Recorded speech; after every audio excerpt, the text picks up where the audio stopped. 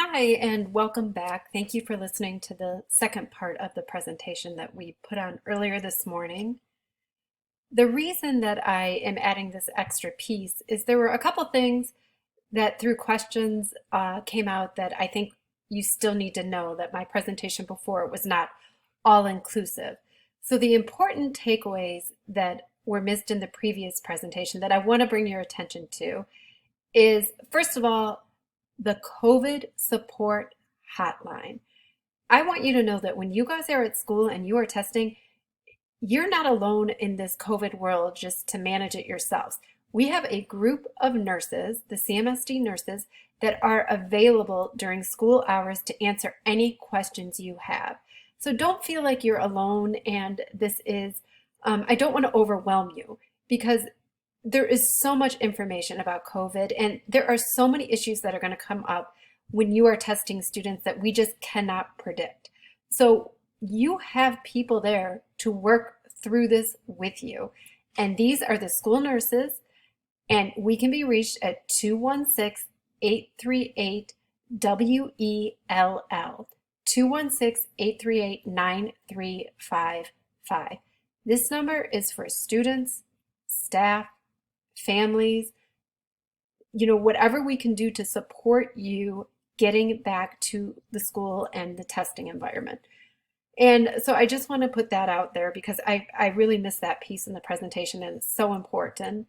And then also we just had some things come up in the Q&A that I think are relevant and you need to know about. One came up had to do with what is required. What do you have to wear? So when you're in the building and the teachers are in the building and you're able to maintain 6 feet of distance from the student or the person you're testing with, then we're doing the mask. The mask is required.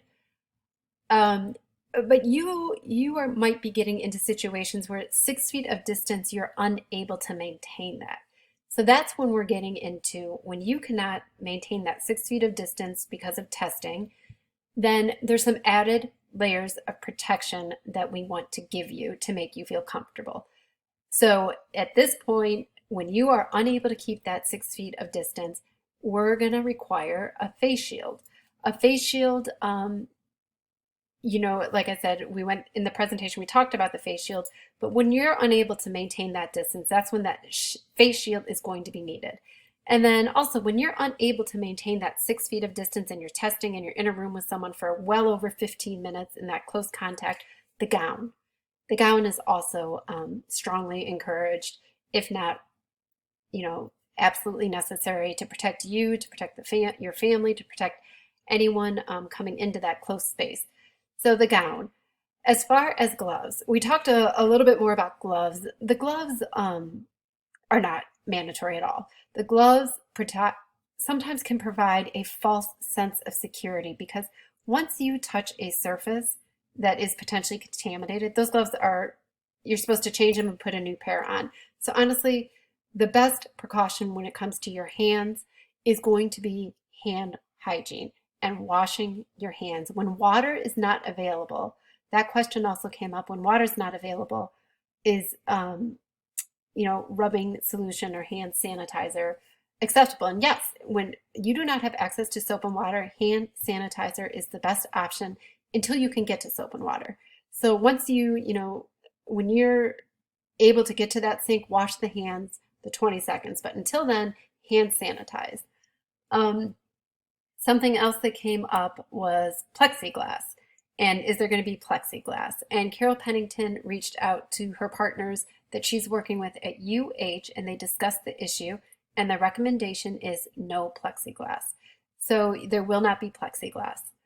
Other issues that came up really had to do more with logistics of getting in the building, busing, and your supervisor, it sounds like, is taking care of that, and she has all the answers and it sounded like sending that out to you. So I'm not going to get into that here, but those are just the few things that I thought would add some more to this presentation for those of you who were unable to listen to it live. Thank you, and I wish everyone the best of luck. And again, email me, call those lines. You're not alone. Reach out to us.